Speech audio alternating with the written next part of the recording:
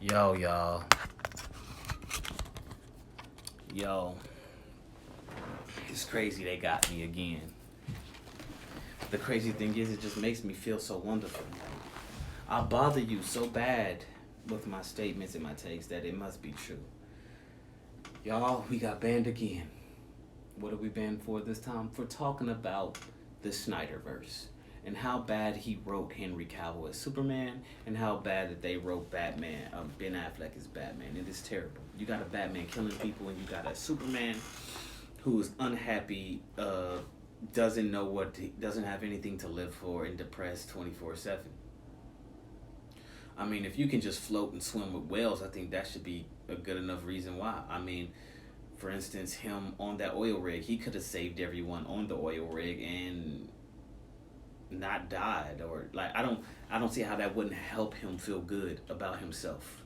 If you saved every life on that oil rig and those whales, and he was just swimming with them, it's like, yeah, I did that. I think that's something that you would take pride in. But for those who feel that I am wrong, please explain to me how Henry Cavill was written as a great superhero, Superman. Not his acting, because his acting is phenomenal. He's a great actor. But Zack Snyder did him how The Witcher in them did him. They started trying to put his own type of twist and things on a character that you can't put that certain type of twist on. What I mean by that is you can't make him you can't make an all powerful dude depressed and feel like he has no reason to live or no reason to care about humanity. Why? Because why wouldn't he just destroy it or leave at that point? He can go from planet to planet. He can do whatever he wants. It gives him no base or ground to stay on Earth, in my opinion. But him falling in love with him growing up in Kansas slash Missouri, and I say Kansas slash Missouri because everybody know if you from Kansas, 9 times out of 10 you go to Missouri for things, and if you from Missouri, 9 times out of 10 you go to Kansas for things, whether it be for work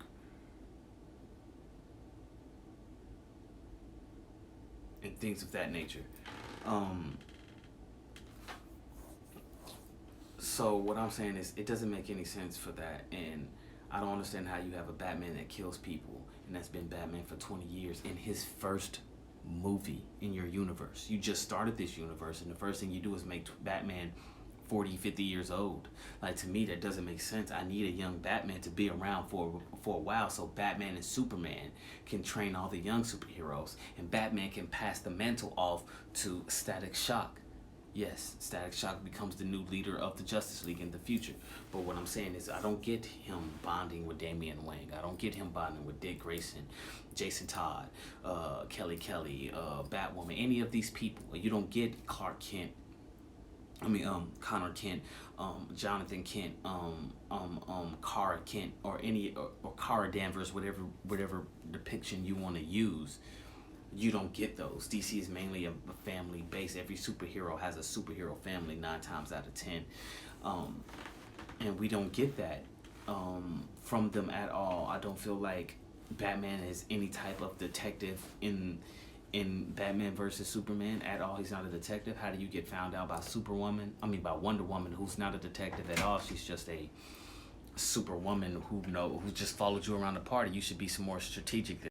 Like, if Superman didn't put on a super suit in this movie, I would have just thought it was a young man going into his middle ages, still trying to figure out life, and finally figured out what he wanted to do, and that's work at the Daily Planet, and that's to tell the truth and chase stories and things of that nature. It could have just been that simple of a movie without Superman in it.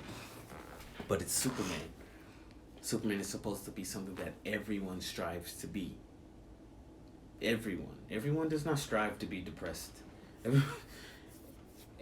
And the only reason he became Superman in that movie is because General Zod came to Earth. If General Zod never came to Earth, he would have never became Superman.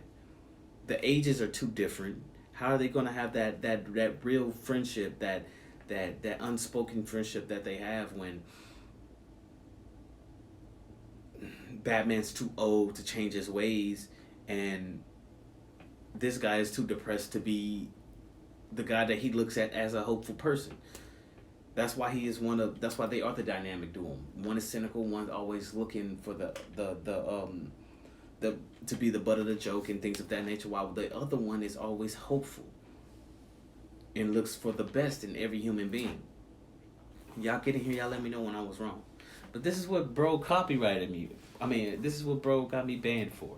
Having these type of discussions. And I really want to have the discussions with people who are Snyder fans and people who aren't. Let's get in here. Let's have a talk about it. Because I don't see why you want them to restore the Snyderverse in the first place. If you restore the Snyderverse, you don't have a mirror. You don't have a Flash. Your Batman is old and dirty. Not old and dirty, but he's old and out of shape, and he's not going to be able to be around as the rest of as long as the other ones. None of them have sidekicks. They're all too old to train sidekicks in some shape or form. And then it'll take 2 to 3 movies or a while to build up the sidekicks properly.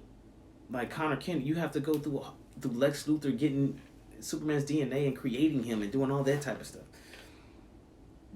It looks like all Batman's proteges are dead or gone, or we don't know.